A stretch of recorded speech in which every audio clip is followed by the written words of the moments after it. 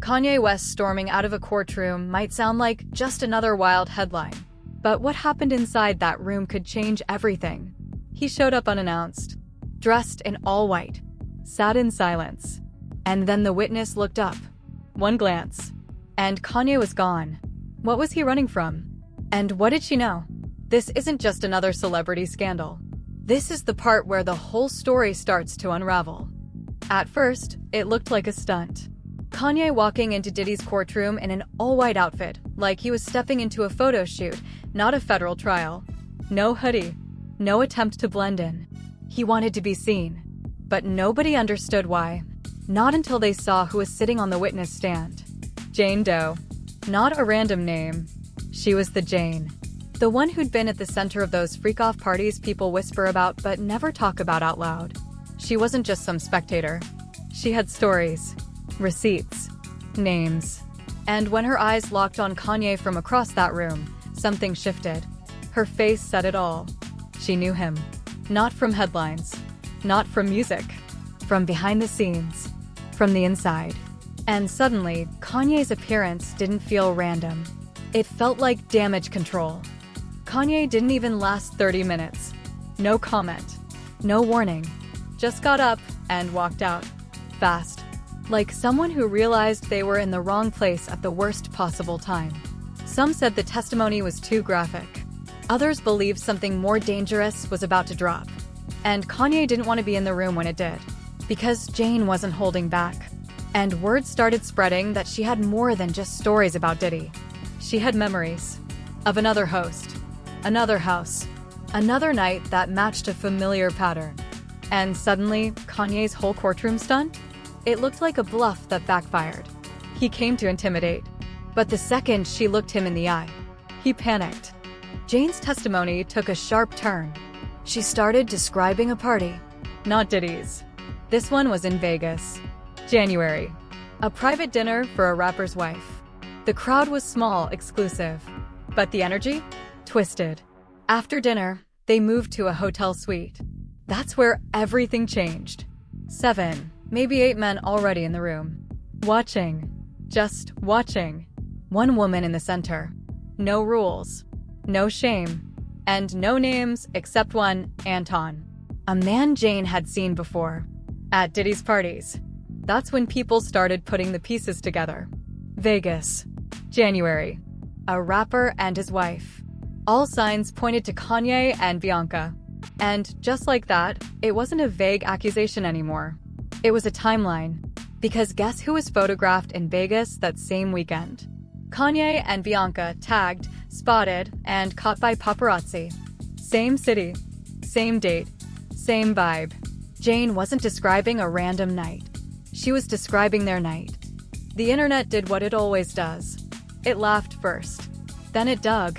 50 Cent was the first to strike.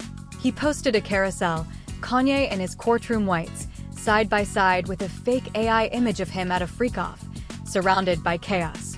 The caption? "We are wearing white in honor of the freak-offs." And then the punchline.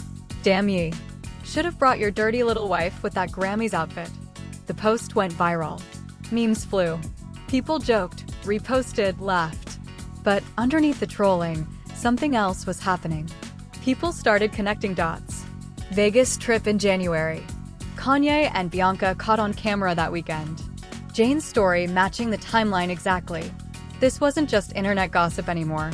This was evidence, layered in jokes, but deadly serious underneath. Because once the laughter died down, the whispers got louder. And they weren't about Diddy anymore. They were about Kanye. After Jane spoke, the silence didn't last. Because she wasn't the only one with a story. Others started coming forward. Not anonymous accounts. Real people. With names. With faces. With memories they wish they didn't have. First was Lauren Pizzotta, Kanye's former assistant. She said he and Diddy invited her to a studio session. Nothing serious. Just hang out while they recorded. But the moment she took a sip of the drink they gave her, everything blurred. She blacked out. Woke up sore, disoriented, terrified. Kanye later joked about hooking up that night. That's when it hit her, he wasn't joking. He was reframing it. Trying to make her believe it was consensual. Gaslighting at its most disturbing. Then came Jennifer and a model from one of Kanye's music videos. She said he took over the set, turned it into something dark. Said he strangled her, forced his fingers down her throat, left her covered in spit and smeared makeup, breathless, humiliated, while everyone just watched. And she wasn't alone. Another name, Nikki Heaton, a singer, said she was locked in a studio with Kanye and Diddy. Said they spiked her drink, tried to undress her. Same pattern, same script. Isolation, intoxication, assault. Different women, same trauma, same names. It wasn't just shocking anymore. It was strategic. Every story followed the same blueprint. A private setting, a drink, a sudden wave of dizziness, and then darkness. When the women woke up, the details were hazy, but the aftermath wasn't. Pain, fear, silence, and the twisted realization that what happened wasn't an accident. Different years, different women, but the same exact moves. As if someone had written a playbook and passed it around. It wasn't just about Diddy anymore. Kanye's name kept showing up on guest lists, in leaked messages, in survivor accounts. He wasn't an outlier. He was part of the pattern. And once people started seeing it, they couldn't unsee it.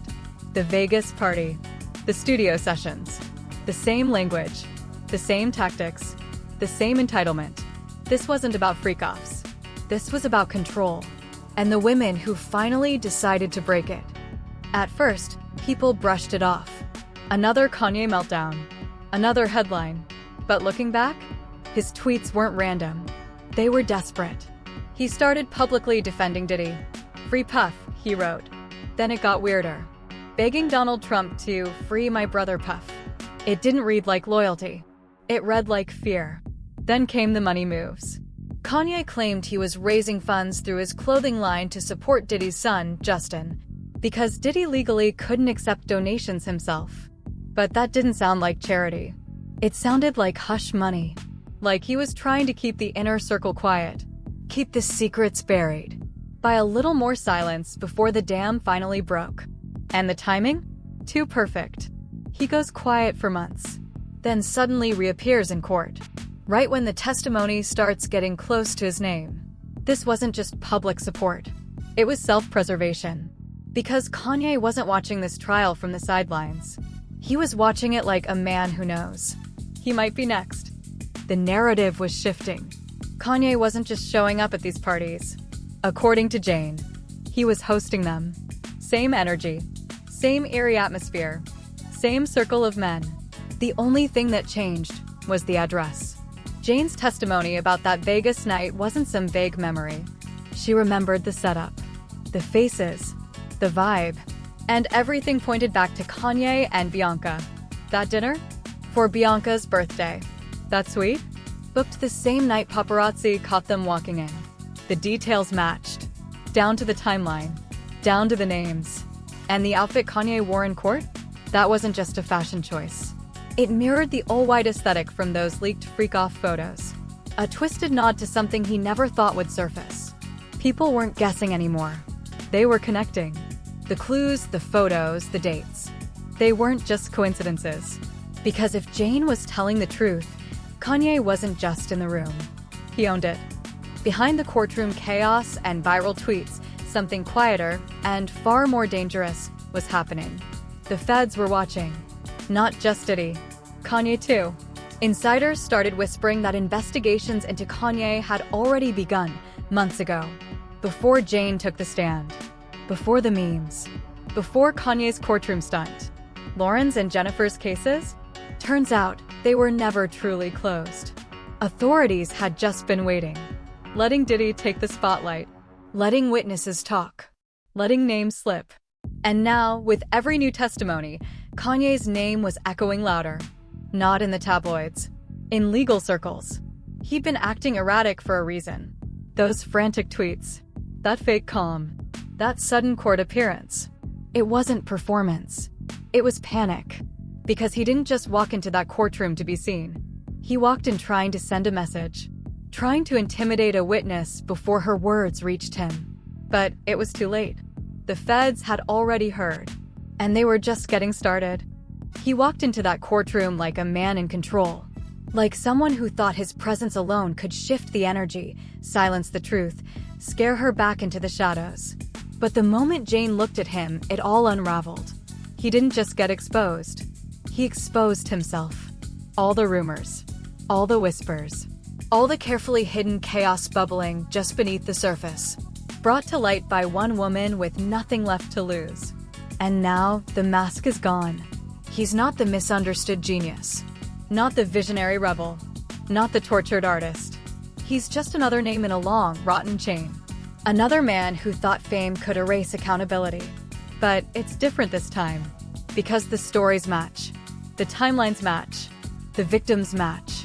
And for Kanye, there's no album big enough, no headline loud enough, no disguise wide enough to cover this up. Because when Jane spoke, the whole room went silent. But the world started listening. Do you think Kanye showed up to control the narrative, or because he knew it was already too late? Drop your thoughts in the comments.